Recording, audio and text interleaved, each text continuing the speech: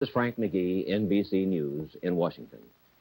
This is the second in a series of programs unmatched in history. Never have so many people seen the major candidates for President of the United States at the same time. And never, until this series, have Americans seen the candidates in face-to-face exchange. Tonight, the candidates have agreed to devote the full hour to answering questions on any issue of the campaign. And here tonight are the Republican candidate, Vice President Richard M. Nixon, and the Democratic candidate, Senator John F. Kennedy. Now, representatives of the candidates and of all the radio and television networks have agreed on these rules.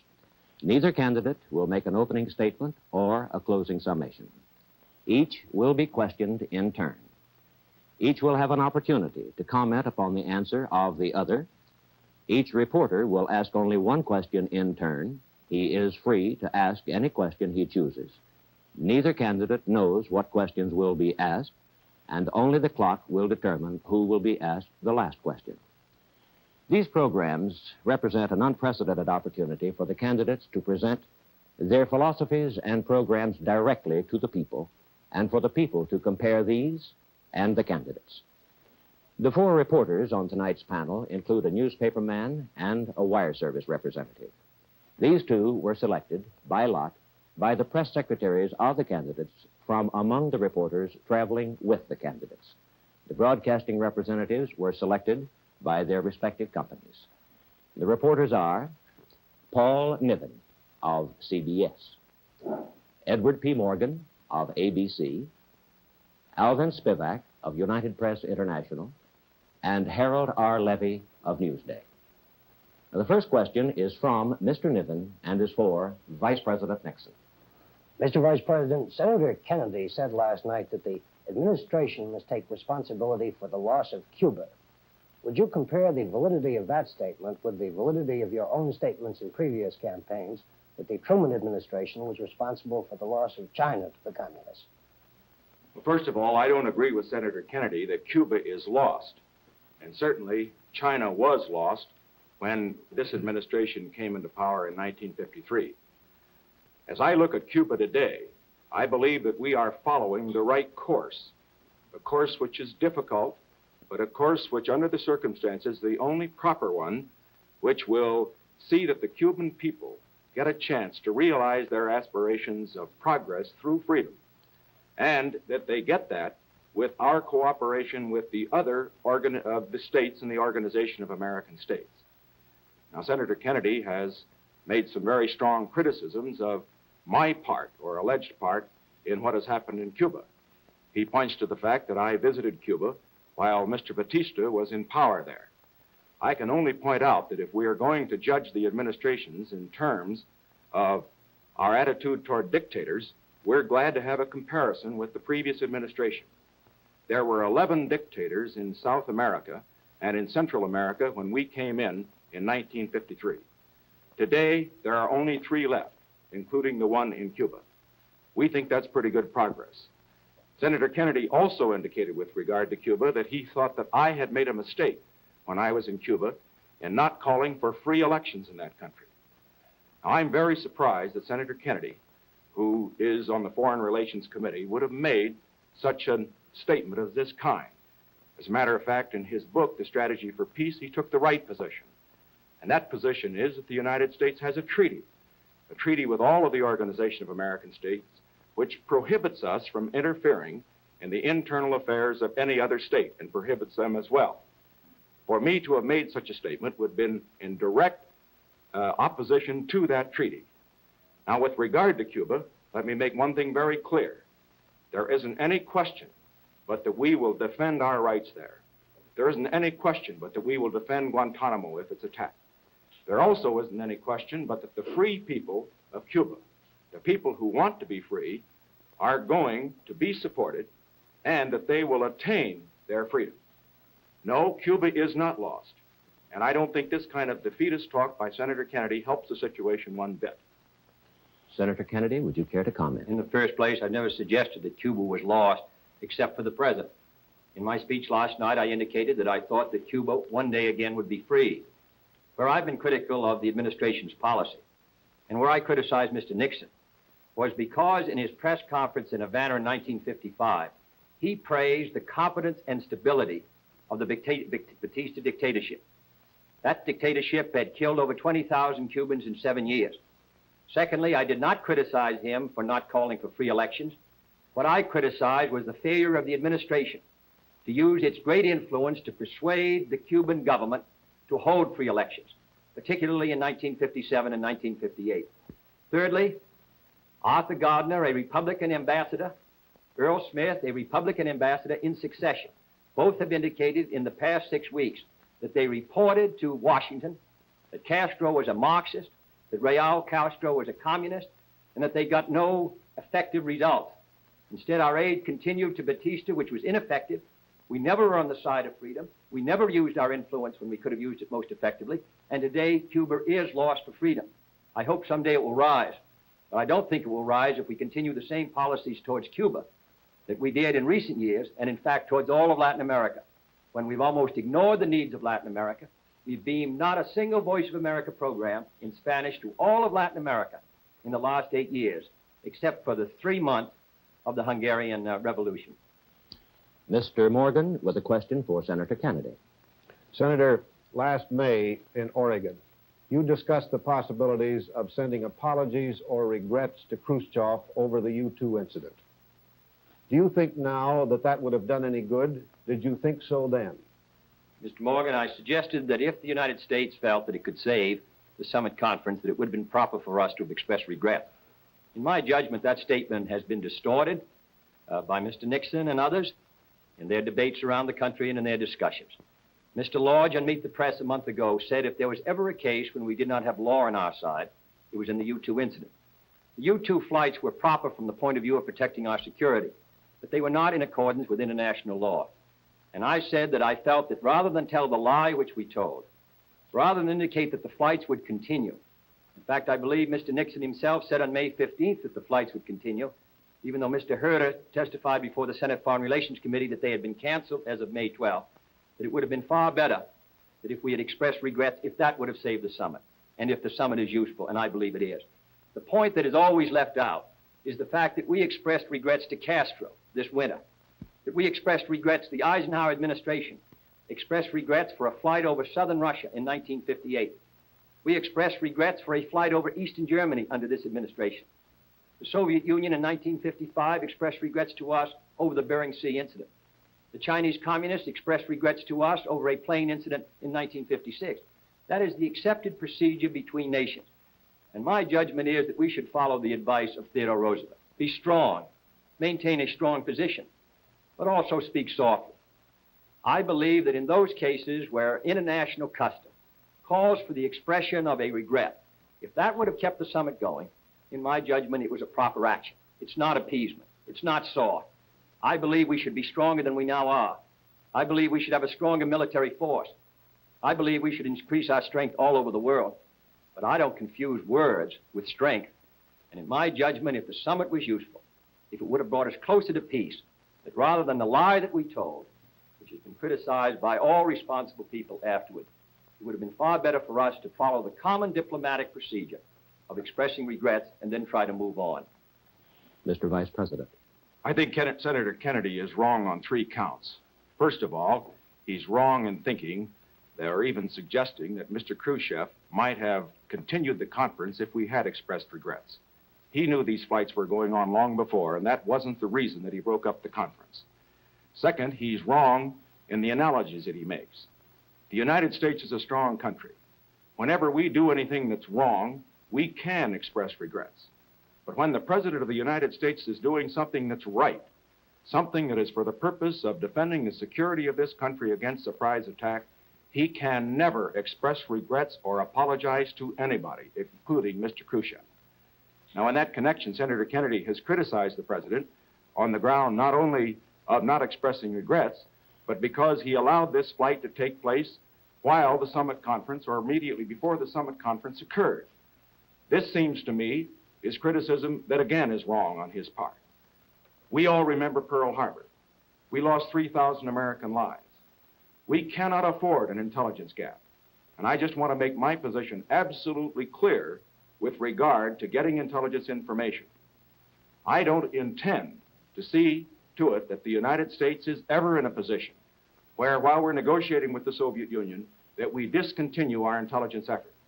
And I don't intend ever to express regrets to Mr. Khrushchev or anybody else if I'm doing something that has the support of the Congress and that is right for the purpose of protecting the security of the United States.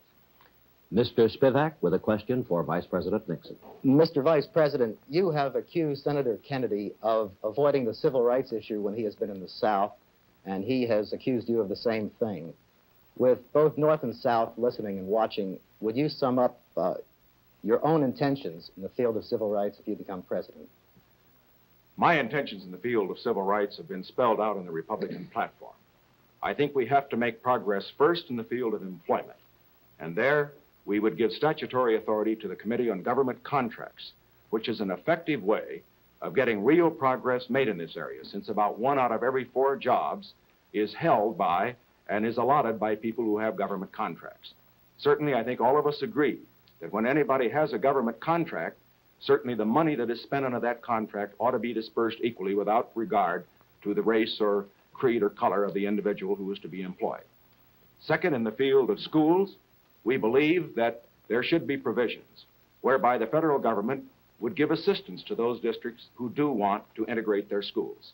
That, of course, was rejected, as was the government contracts provision by the special session of the Congress, in which Mr. Kennedy was quite active. And then, as far as other areas are concerned, I think that we have to look to presidential leadership. Now, when I speak of presidential leadership, I refer, for example, in our attitude on the sit-in strikes. Here, we have a situation which causes all of us concern.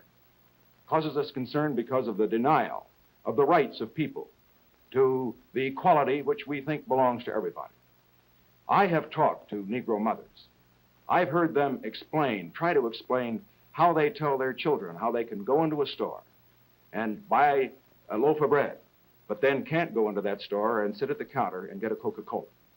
This is wrong, and we have to do something about it. So under the circumstances, what do we do? Well, what we do is what the Attorney General of the United States did under the direction of the President. Call in the owners of chain stores and get them to take action. Now, there are other places where the executive can lead, but let me just sum up by saying this. Why do I talk every time I'm in the South on civil rights? Not because I am preaching to the people of the South, because this isn't just a Southern problem, it's a Northern problem and a Western problem. It's a problem for all of us.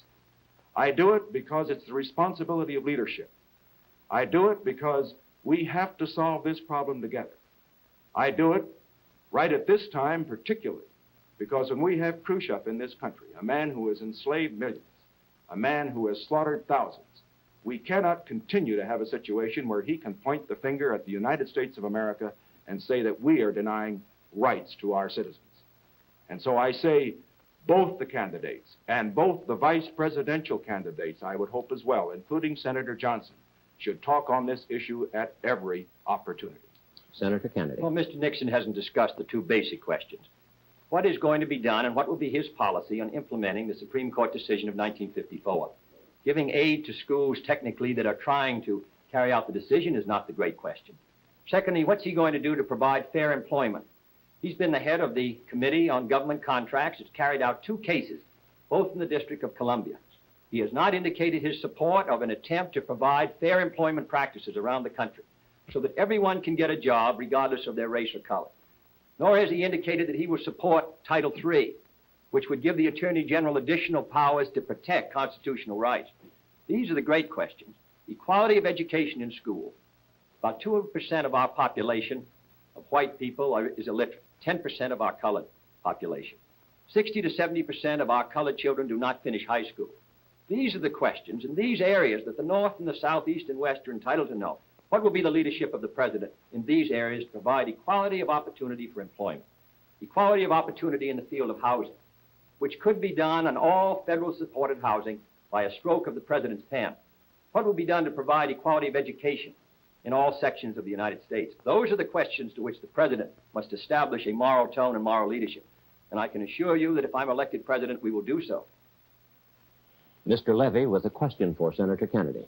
Senator, on the same subject, In the past, you have emphasized the president's responsibility as a moral leader as well as an executive on civil rights questions. What specifically might the next president do in the event of an occurrence such as Little Rock or the lunch counter sit-ins? Well, let me say that I think the president operates in a number of different areas. First, as a legislative leader. And as I just said, I believe that the passage of the so-called Title III, which gives the Attorney General the power to protect constitutional rights in those cases where it's not possible for the person involved to bring a suit. Secondly, as an executive leader, there have been only 6 cases brought by this Attorney General under the voting bill passed in 1957 and the voting bill passed in 1960. The right to vote is basic. I do not believe that this administration has implemented those bills which represent the will of the majority of the Congress on 2 occasions with vigor. Thirdly, I don't believe that the Government Contracts Division has operated with vigor. Everyone who does business with the government should have the opportunity to make sure that they do not practice discrimination in their hiring, and that's in all sections of the United States. And then, fourthly, as a moral leader, there is a very strong moral basis for this concept of equality before the law. Not only equality before the law, but also equality of opportunity. We are in a very difficult time. We need all the talent we can get. We sit on a conspicuous stage. We are a goldfish bowl before the world. We have to practice what we preach. We set a very high standard for ourselves. The communists do not. They set a low standard of materialism. We preach in the Declaration of Independence and in the Constitution, in the statement of our greatest leaders, we preached very high standards. And if we're not going to be charged before the world with hypocrisy, we have to meet those standards. I believe the President of the United States should indicate them. Now, lastly, I believe in the case of Little Rock. I would have hoped that the President of the United States would have been possible for him to indicate it clearly that the Supreme Court decision was going to be carried out. I would have hoped that it would have been possible to use marshals to do so. But evidently, under the handling of the case, it was not. I would hope an incident like that would not happen. I think if the President is responsible, if he consults with those involved, if he makes it clear that the Supreme Court decision is going to be carried out in a way that the Supreme Court planned with deliberate speed, then in my judgment, providing he's behind action, I believe we can make progress. Now, the present administration, the President has said, never indicated what he thought of the 1954 decision. Unless the President speaks, then, of course, the country doesn't speak. And Franklin Roosevelt said, the presidency of the United States is above all a place of moral leadership. And I believe on this great moral issue, he should speak out and give his views clearly. Mr. Vice President. Senator Kennedy has expressed some high hopes in this field, hopes which I think all Americans would share who want some progress in this area. But let's look at the performance. When he selected his vice presidential running mate, he selected a man who had voted against most of these proposals and a man who opposes them at the present time. Let me look also at what I did. I selected a man who stands with me in this field and who will talk with me and work with me on it. Now, the senator referred to the Committee on Government Contracts, and yet that very committee of which I am chairman has been handicapped by the fact that we have not had adequate funds, we have not had adequate powers, we haven't had an adequate staff. Now, in the special session of Congress, and also in the session that preceded it, the Democratic Congress, in which there's a 2-to-1 Democratic majority, was asked by the President to give us the funds and give us the power to do a job. And they did nothing at all. And in the special session in which Senator Kennedy was calling the signals, along with Senator Johnson, they turned it down and he himself voted against giving us the powers, despite the fact that the bill had already been considered before, that it already had hearings on, and the Congress already knew what it had before it. All that I can say is this: what we need here are not just high hopes. What we need is action. And in the field of executive leadership, I can say that I believe it's essential that the President of the United States not only set the tone, but he also must lead. He must act as he talks. Mr. Morgan with a question for Vice President Nixon. Mr. Vice President, in your speeches, you emphasize that the United States is doing basically well in the Cold War. Can you square that statement with a considerable mass of bipartisan reports and studies, including one prominently participated in by Governor Rockefeller, which almost unanimously conclude that we are not doing nearly so well as we should? Mr. Morgan, no matter how well we're doing in the Cold War, we're not doing as well as we should. And that will always be the case as long as the communists are on the international scene in the aggressive tendencies that they presently are following. Now, as far as the present situation is concerned, I think it's time that we nail a few of these distortions about the United States that have been put out. First of all, we hear that our prestige is at an all-time low. Senator Kennedy has been hitting that point over and over again. I would just suggest that after Premier Khrushchev's performance in the United Nations, compared with President Eisenhower's eloquent speech, that at the present time, communist prestige in the world is at an all-time low, and American prestige is at an all-time high. Now, that, of course, is just one factor, but it's a significant one. When we look, for example, at the vote in the Congo, we were on one side, they were on the other side. What happened? There were 70 votes for our position and none for theirs. Look at the votes in the United Nations over the past 7.5 years. That's a test of prestige. Every time the United States has been on one side and they've been on the other side, our position has been sustained. Now, looking to what we ought to do in the future. In this Cold War, we have to recognize where it is being fought, and then we have to develop programs to deal with it. It's being fought primarily in Asia, in Africa, and in Latin America. What do we need? What tools do we need to fight it? Well, we need, for example, economic assistance. We need technical assistance. We need exchange. We need programs of diplomatic and other character which will be effective in that area. Now, Senator Kennedy a moment ago referred to the fact that there was not an adequate Voice of America program for Latin America. I'd like to point out that in the last 6 years, the Democratic Congresses, of which he's been a member, have cut $20 million off of the Voice of America programs.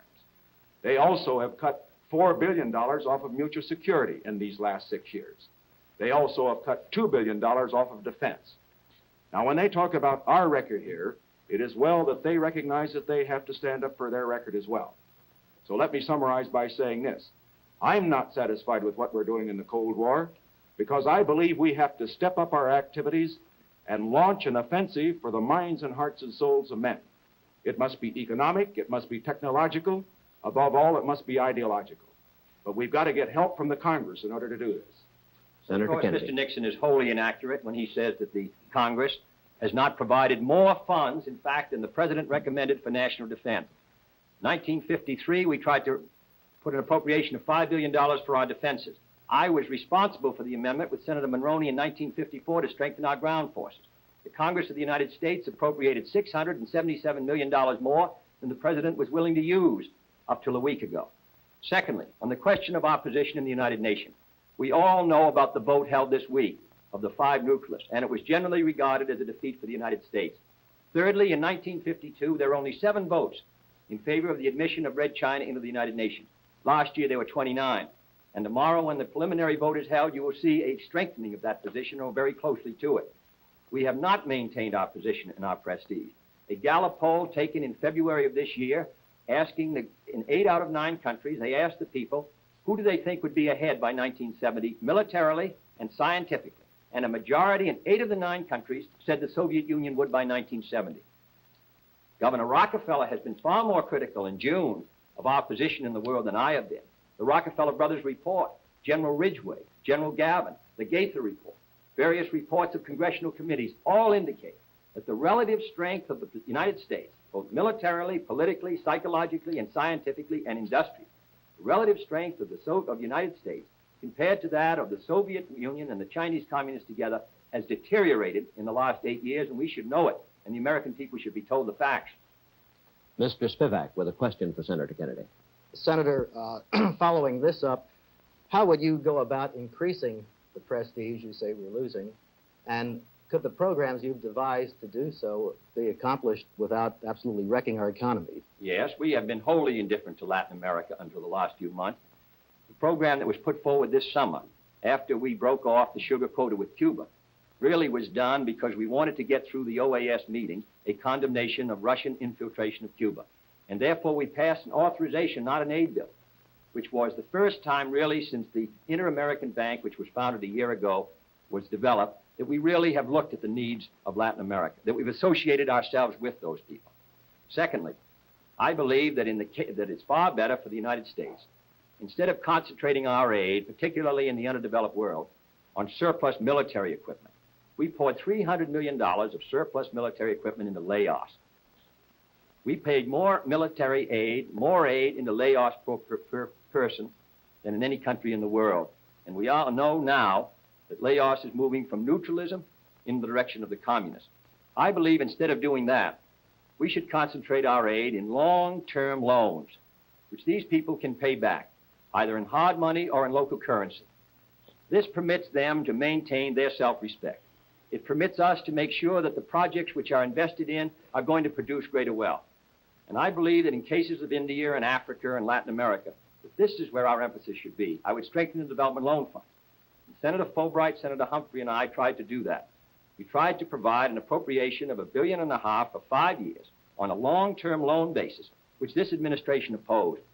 And unless we're ready to carry out programs like that in the 60s, this battle for economic survival, which these people are waging, are going to be lost. And if India should lose her battle, with 35% of the people of the underdeveloped world within her borders, then I believe that the balance of power could move against us. I think the United States can afford to do these things. I think that we could not afford not to do these things. This goes to our survival. And here in a country which, if it is moving ahead, if it's developing its economy to the fullest, which we are not now, in my judgment, we'll have the resources to meet our military commitments and also our commitments overseas. I believe it's essential that we do it, because in the next 10 years, the balance of power is going to begin to move in the world from one direction or another, towards us or towards the communists. And unless we begin to identify ourselves not only with the anti-communist fight, but also with the fight against poverty and hunger, these people are going to begin to turn to the communists as an example. I believe we can do it. If we build our economy the way we should, we can afford to do these things, and we must do it. Mr. Vice President. Senator Kennedy has put a great deal of stress on the necessity for economic assistance. This is important, but it's also tremendously important to bear in mind that when you pour in money without pouring in technical assistance as well, that you have a disastrous situation. We need to step up exchange. We need to step up technical assistance so that trained people in these newly developing countries can operate the economies. We also have to have in mind something else with regard to this whole situation in the world. And that is that as America moves forward, we not only must think in terms of fighting communism, but we must also think primarily in terms of the interests of these countries. We must associate ourselves with their aspirations. We must let them know that the great American ideals of independence, of the right of people to be free, of the right to progress, that these are ideals that belong not to ourselves alone, but they belong to everybody. This we must get across to the world. And we can't do it unless we do have adequate funds for example, information, which has been cut by the Congress, adequate funds for technical assistance. The other point that I would make with regard to economic assistance and technical assistance is that the United States must not rest its case here alone. This is primarily an ideological battle, a battle for the minds and the hearts and the souls of men. We must not meet the communists purely in the field of gross atheistic materialism. We must stand for our ideals. Mr. Levy with a question for Vice President Nixon.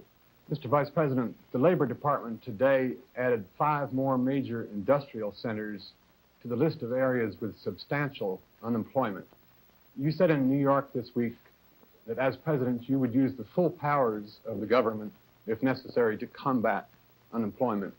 Specifically, what measures would you advocate and at what point? Unemployment, we first must concentrate on the very areas to which you refer, the so-called depressed areas. Now, in the last Congress, the special session of the Congress, there was a bill, one by the President, one by Senator Kennedy and members of his party. Now, the bill that the President had submitted would have provided more aid for those areas that really need it, areas like Scranton and Wilkes-Barre and the areas of West Virginia, than the ones that Senator Kennedy was supporting. On the other hand, we found that the bill got into the legislative difficulties, and consequently, no action was taken. So point one, at the highest priority, we must get a bill for depressed areas through the next Congress.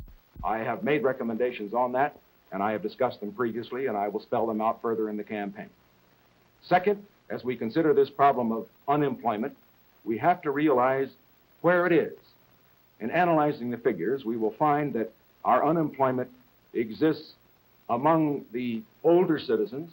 It exists also among those who are inadequately trained. That is, those who do not have an adequate opportunity for education. It also exists among minority groups. If we're going to combat unemployment, then, we have to do a better job in these areas. That's why I have a program for education, a program in the case of equal job opportunities, and one that would also deal with our older citizens. Now, finally, with regard to the whole problem of combating recession, as you call it, we must use the full resources of the government in these respects. One, we must see to it that credit is expanded as we go into any recessionary period. And understand, I do not believe we're going into a recession. I believe this economy is sound and that we're going to move up. But second, in addition to that, if we do get into a recessionary period, we should move on that part of the economy which is represented by the private sector. And I mean stimulate that part of the economy that can create jobs, the private sector of the economy. This means through tax reform and, if necessary, tax cuts that will stimulate more jobs. I favor that rather than massive federal spending programs which will come into effect usually long after you pass through the recessionary period. So we must use all of these weapons for the purpose of combating recession if it should come, but I do not expect it to come. Senator Kennedy. Well, Mr. Nixon has stated the record inaccurately in regard to the depressed area bill. I'm very familiar with it. It came out of the committee of which I was the chairman, the Labor Subcommittee in '55. I was the floor manager. We've passed an area redevelopment bill far more effective than the bill the administration suggested on 2 occasions, and the president vetoed it both times. We passed a bill again this year in the Senate, and it died in the Rules Committee of the House of Representatives. Let me make it very clear that the bill that Mr. Nixon talked about did not mention Wilkesboro or Scranton. It did not mention West Virginia. Our bill was far more effective. The bill introduced and sponsored by Senator Douglas was far more effective in trying to stimulate the economy of those areas. Secondly, he has mentioned the problem of our older citizens. I cannot still understand why this administration and Mr. Nixon oppose putting medical care for the aged under Social Security to give them some security. Third, I believe we should step up the use of our surplus foods in these areas until we're able to get the people back at work. 5 cents a day is what the food package averages per person. Fourthly, I believe we should stimulate the economy. I believe we should not carry out a hard money, high interest rate policy, which helped intensify certainly the recession of 1958, and I think helped bring to the slowdown of 1960. If we move into a recession in '61, then I would agree that we have to put more money into the economy, and it can be done by either one of the 2 methods discussed. One is by programs such as aid to education. The other would be to make a judgment on what's the most effective tax program to stimulate our economy. Mr. Niven with a question for Senator Kennedy. Senator, while the main theme of your campaign has been this decline of American power and prestige in the last 8 years, you've hardly criticized President Eisenhower at all. And in a speech last weekend, you said you had no quarrel with the president. Now, isn't Mr. Eisenhower and not Mr. Nixon responsible for any such decline? Well, I understood that this was the Eisenhower-Nixon administration, according to all the Republican propaganda that I've read. The question is what we're going to do in the future. I've been critical of this administration, and I've been critical of the president. In fact, Mr. Nixon discussed that a week ago in a speech. I believe that our power and prestige in the last 8 years has declined. Now, what is the issue is what we're going to do in the future. Now, that's an issue between Mr. Nixon and myself. He feels that we're moving ahead we're not going into a recession in this country economically. He feels that our power and prestige is stronger than it ever was relative to that of the communists, that we're moving ahead. I disagree. And I believe the American people have to make the choice on November 8th between the view of whether we have to move ahead faster, whether what we're doing now is not satisfactory, whether we have to build greater strength at home and abroad, and Mr. Nixon's view. That's the great issue. President Eisenhower moves from the scene on January 20th, and the next 4 years are the critical years. And that's the debate. That's the argument between Mr. Nixon and myself. And on that issue, the American people have to make their judgment. And I think it's an important judgment. I think in many ways this election is more important than any since 1932, or certainly almost any in this century, because we disagree very fundamentally on the position of the United States. And if his view prevails, then I think that's going to bring an important result to this country in the 60s. If our view prevails that we have to do more, that we have to make a greater national and international effort, that we have lost prestige in Latin America. The president of Brazil, the new incumbent, running for office, called on Castro during his campaign because he thought it was important to get the vote of those who were supporting Castro in Latin America. In Africa, the United States has ignored Africa. We gave more scholarships to the Congo this summer we offered them than we'd given to all of Africa the year before. Less than 200 for all the countries of Africa, and they need trained leadership more than anything. We've been having a very clear decision in the last 8 years. Mr. Nixon has been part of that administration. He's had experience in it. And I believe this administration has not met its responsibilities in the last 8 years, that our power relative to that of the communists is declining, that we're facing a very hazardous time in the 60s, and unless the United States begin to move here, unless we start to go ahead, I don't believe that we're going to meet our responsibility to our own people or to the cause of freedom. I think the choice is clear, and it involves the future. Mr. Vice President. First of all, I think Senator Kennedy should make up his mind with regard to my responsibility. In our first debate, he indicated that I had not had experience, or at least had not participated significantly in the making of the decisions. I'm glad to hear tonight that he does suggest that I have had some experience. Let me make my position clear. I have participated in the discussions leading to decisions in this administration. I am proud of the record of this administration. I don't stand on it because it isn't something to stand on, but something to build on. Now, looking at Senator Kennedy's credentials, he is suggesting that he will move America faster and further than I will. But what does he offer? He offers retreads of programs that failed. I submit to you that as you look at his program, for example, with regard to the Federal Reserve and free money or loose money, low interest rates, his program in the economic field generally are the programs that were adopted and tried during the Truman administration. And when we compare the economic progress of this country in the Truman administration with that of the Eisenhower administration, we find that in every index there has been a great deal more performance and more progress in this administration than in that one. I say the programs and the leadership that failed then is not the program and the leadership that America needs now. I say that the American people don't want to go back to those policies. And incidentally, if Senator Kennedy disagrees, he should indicate where he believes those policies are different from those he's advocating today. Mr. Spivak with a question for Vice President Nixon. Mr. Vice President, according to news dispatches, Soviet Premier Khrushchev said today that Prime Minister Macmillan had assured him that there would be a summit conference next year after the presidential elections. Have you given any cause for such assurance, and do you consider it desirable or even possible that there would be a summit conference next year if Mr. Khrushchev persists in the conditions he's laid down? No, of course, I haven't talked to Prime Minister Macmillan. It would not be appropriate for me to do so. The president is still going to be president for the next 4 months. And he, of course, is the only one who could commit this country in this period. As far as a summit conference is concerned, I want to make my position absolutely clear. I would be willing as president to meet with Mr. Khrushchev or any other world leader if it would serve the cause of peace. I would not be willing to meet with him, however, unless there were preparations for that conference which would give us some reasonable certainty that you were going to have some success. We must not build up the hopes of the world and then dash them, as was the case in Paris. There, Mr. Khrushchev came to that conference determined to break it up. He was going to break it up because he knew that he wasn't going to get his way on Berlin and on the other key matters with which he was concerned at the Paris conference. Now, if we're going to have another summit conference, there must be negotiations at the diplomatic level, the ambassadors, the secretaries of state, and others at that level, prior to that time, which will delineate the issues and which will prepare the way for the heads of state to meet and make some progress. Otherwise, if we find the heads of state meeting and not making progress, we will find that the cause of peace will have been hurt rather than helped.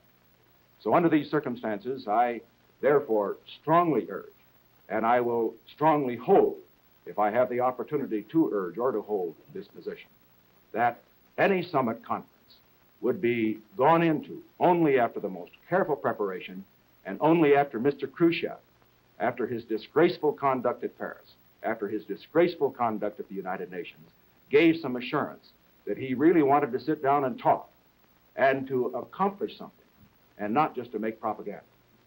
Senator Kennedy. I have no disagreement with the Vice President's position on that. My view is the same as his. Let me say there is only one point I would add. Before we go into the summit, before we ever meet again, I think it's important that the United States build its strength, that it build its military strength as well as its own economic strength. If we negotiate from a position where the power balance or wave is moving away from us, it's extremely difficult to reach a successful decision on Berlin as well as the other questions. Now, the next President of the United States in his first year is going to be confronted with a very serious question on our defense of Berlin, our commitment to Berlin. It's going to be a test of our nerve and will. It's going to be a test of our strength. And because we're going to move in 61 and 2, partly because we have not maintained our strength with sufficient vigor in the last years, I believe that before we meet that crisis, that the next President of the United States should send a message to Congress asking for a revitalization of our military strength. Because come spring or late in the winter, we're going to be face to face with the most serious Berlin crisis since 1949 or 50. On the question of the summit, I agree with the position of Mr. Nixon. I would not meet Mr. Khrushchev unless there were some agreements at the secondary level, foreign ministers or ambassadors, which would indicate that the meeting would have some hope of success or a useful exchange of ideas. Mr. Levy with a question for Senator Kennedy. Senator, in your acceptance speech at Los Angeles, you said that your campaign would be based not on what you intend to offer the American people, but what you intend to ask of them. Since that time, you have spelled out many of the things that you intend to do, but you have made only vague reference to sacrifice and self-denial. A year or so ago, I believe, you said that you would not hesitate to recommend a tax increase if you considered it necessary. Is this what you have in mind?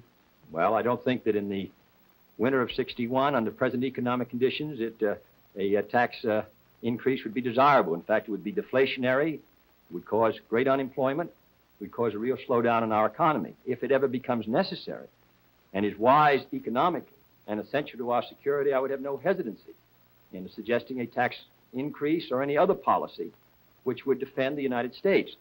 I have talked in every speech about the fact that these are going to be very difficult times in the 1960s and that we're going to have to meet our responsibility as citizens. I'm talking about a national mood.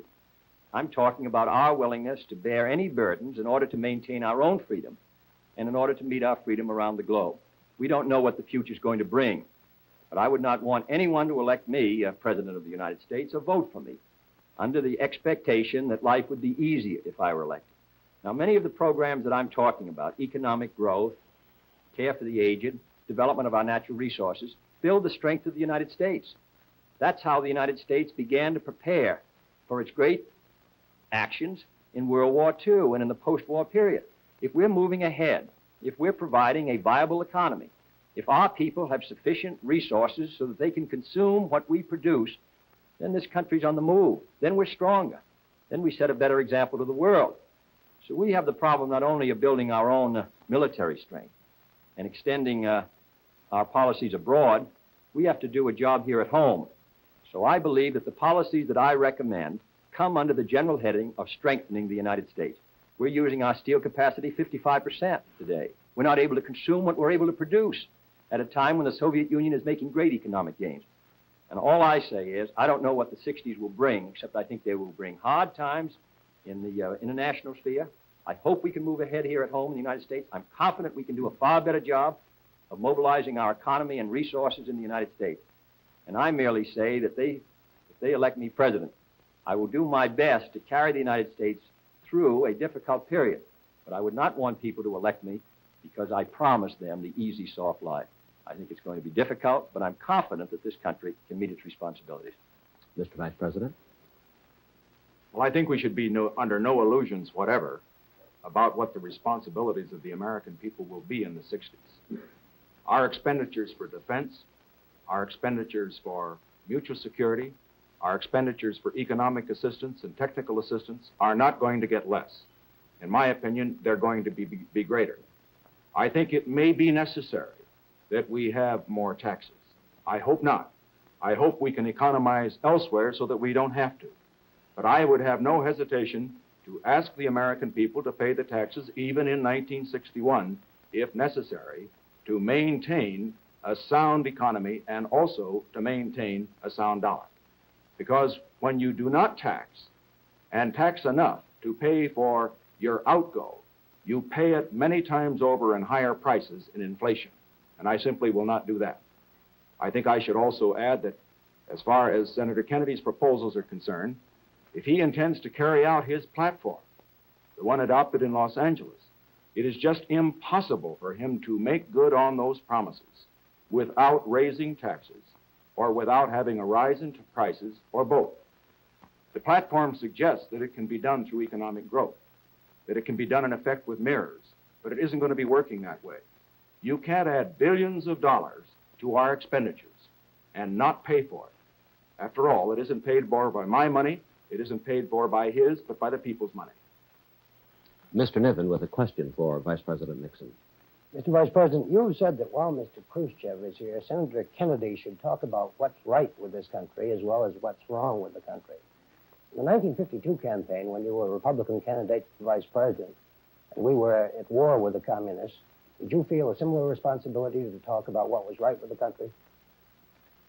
I did, and as I pointed out in 1952, I have made it very clear that as far as the Korean War was concerned, that I felt that the decision to go into the war in Korea was right and necessary. What I criticized were the policies that made it necessary to go to Korea. Now, incidentally, I should point out here that Senator Kennedy has attacked our foreign policy. He said that it's been a policy that has led to defeat and retreat. And I'd like to know, where have we been defeated and where have we retreated? In the Truman administration, 600 million people went behind the Iron Curtain, including the satellite countries of Eastern Europe and communist China. In this administration, we've stopped them at Quemoy and Matsu. We've stopped them in Indochina. We've stopped them in Lebanon. We've stopped them in other parts of the world. I would also like to point out that as far as Senator Kennedy's comments are concerned, I think he has a perfect right and a responsibility to criticize this administration whenever he thinks we're wrong. But he has a responsibility to be accurate and not to misstate the case. I don't think he should say that our prestige is at an all-time low. I think this is very harmful at a time Mr. Khrushchev is here, harmful because it's wrong. I don't think it was helpful when he suggested, and I'm glad he's corrected this to an extent, that 17 million people go to bed hungry every night in the United States. Now, this just wasn't true. Now, there are people who go to bed hungry in the United States, far less, incidentally, than used to go to bed hungry when we came into power at the end of the Truman administration. But the thing that is right about the United States that should be emphasized is that less people go to bed hungry in the United States than in any major country in the world. We're the best fed, we're the best clothed, with a better distribution of this world's goods to all of our people than any people in history. Now, in pointing out the things that are wrong, I think we ought to emphasize America's strength. It isn't necessary to run America down in order to build her up. Now, just so we get it absolutely clear, Senator Kennedy must, as a candidate, as a candidate in 52, criticize us when we're wrong. And he's doing a very effective job of that in his way. But on the other hand, he has a responsibility to be accurate. And I have a responsibility to correct him every time he misstates the case. And I intend to continue to do so. Senator Kennedy. Well, Mr. Nixon, I'll just give you the testimony of Mr. George Aiken, Senator George Aiken, the ranking minority member, Republican member, and former chairman of the Senate Agricultural Committee, testifying in 1959, said there were 26 million Americans who did not have the income to afford a decent diet. Mr. Benson, testifying on the food stamp plan in 1957, said there were 25 million Americans who could not afford a elementary low-cost diet. And he defined that as someone who uses beans in place of meat. Now, I've seen a good many hundreds of thousands of people who are not adequately fed. You can't tell me that a surplus food distribution of 5 cents per person, and there are nearly 6 million Americans receiving that, is adequate. You can't tell me anyone who uses beans instead of meat in the United States, and there are 25 million of them, according to Mr. Benson, is well fed or adequately fed. I believe that we should not compare what our figures may be to India or some other country that has serious problems, but to remember that we are the most prosperous country in the world and that these people are not getting adequate food. And they're not getting, in many cases, adequate shelter. And we ought to try to meet the problem. Secondly, Mr. Nixon has continued to state, and he stated it last week, these fantastic figures of what the Democratic budget platform would cost. They're wholly inaccurate. I said last week I believed in a balanced budget, unless there was a severe recession, and after all, the worst unbalanced budget in history was in 1958, $12 billion, larger than in any administration in the history of the United States. So that I believe that on this subject, we can balance the budget unless we have a national emergency or unless we have a severe recession. Mr. Morgan with a question for Senator Kennedy. Senator, Saturday on television, you said that you had always thought that Quemoy and Matsu were unwise places to draw our defense line in the Far East. Would you comment further on that and also address to this question, couldn't a pullback from those islands be interpreted as appeasement? Well, the United States has on occasion attempted, mostly in the middle 50s, to persuade Chiang Kai-shek to pull his troops back to Formosa. I believe strongly in the defense of Formosa. These islands are a few miles, 5 or 6 miles off the coast of Red China within a general harbor area and more than 100 miles from Formosa. We have never said flatly that we will defend Quemoy and Matsu if it's attacked. We say we will defend it if it's part of a general attack on Formosa, but it's extremely difficult to make that judgment. Now, Mr. Herder, in 1958, when he was Under Secretary of State, said they were strategically undefensible. Admiral Spruance and Collins in 1955 said that we should not attempt to defend these islands in their conference in the Far East. General Ridgway has said the same thing. I believe that when you get into a war, if you're going to get into a war for the defense of Formosa, it ought to be on a clearly defined line. One of the problems, I think, at the time of South Korea was the question of whether the United States would defend it if it were attacked. I believe that we should defend Formosa. We should come to its defense. To leave this rather in the air, that we will defend it under some conditions but not under other, I think is a mistake. Secondly, I would not suggest the withdrawal at the point of the communist gun. It is a decision finally that the nationalists should make. And I believe that we should consult with them and attempt to work out a plan by which the line is drawn at the island of Formosa. It leaves 100 miles between the seas. But with General Ridgway, Mr. Herder, General Collins, Admiral Spruance, and many others, I think it's unwise to take the chance of being dragged into a war which may lead to a world war over two islands which are not strategically defensible, which are not, according to their testimony, essential to the defense of Formosa. I think that we should protect our commitment. I believe strongly we should do so in Berlin.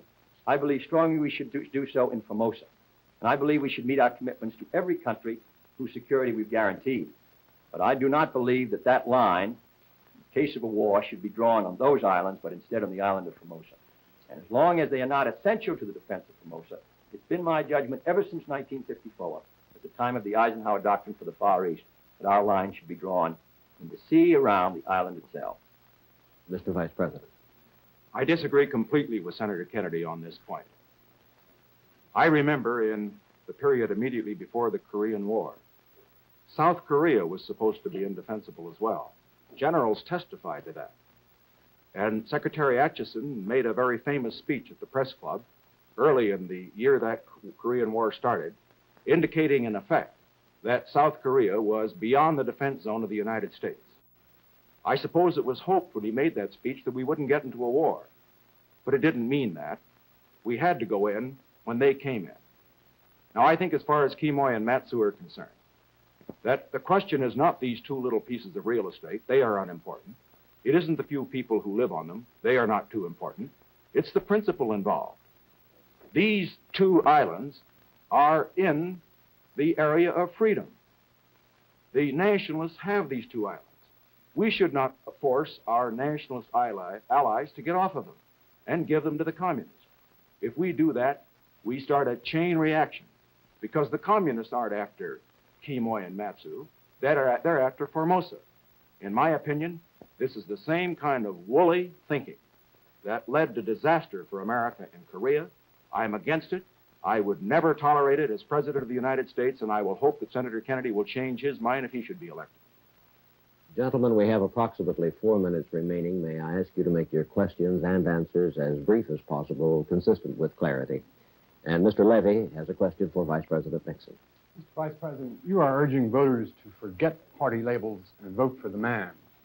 Senator Kennedy says that in doing this, you are trying to run away from your party on such issues as housing and aid to education by advocating what he calls a Me Too program.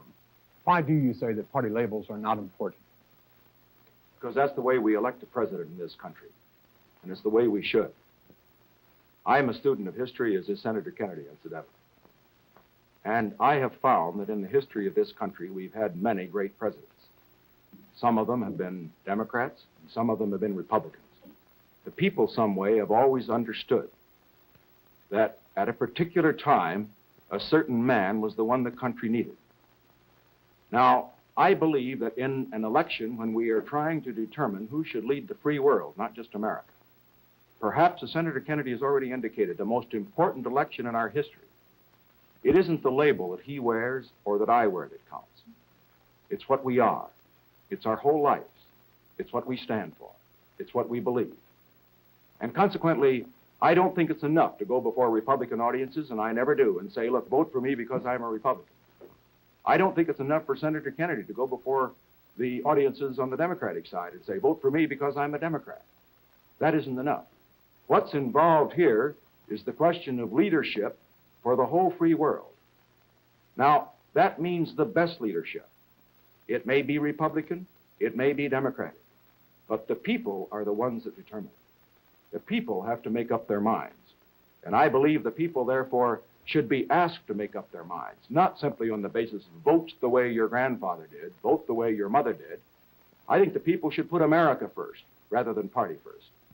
Now, as far as running away from my party is concerned, Senator Kennedy has said that we have no compassion for the poor, that we are against progress, the enemies of progress is the term that he's used and the like.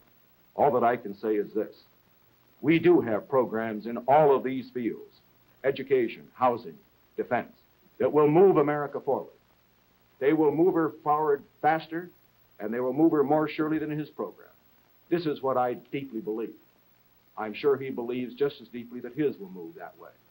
I would suggest, however, that in the interest of fairness, that he could give me the benefit of also believing as he believes. Senator Kennedy. Well, let me say I do think that parties are important in that they tell something about the program and something about the man. Abraham Lincoln was a great president of all the people, but he was selected by his party at a key time in history because his party stood for something. The Democratic Party in this century has stood for something. It has stood for progress. It has stood for concern for the people's welfare. It has stood for a strong foreign policy and a strong national defense, and as a result, produced Wilson, President Roosevelt, and President Truman. The Republican Party has produced McKinley and Harding, Coolidge, and Dewey, and Landon. They do stand for something. They stand for a whole different approach to the problems facing this country at home and abroad. That's the importance of party, only if it tells something about the record. And the Republicans in recent years, not only in the last 25 years, but in the last 8 years, have opposed housing, opposed care for the aged, opposed federal aid to education, opposed minimum wage. And I think that record tells something. Thank you, gentlemen. Neither the questions from the reporters nor the answers you heard from Senator John Kennedy or Vice President Richard Nixon were rehearsed. By agreement, neither candidate made an opening statement or a closing summation.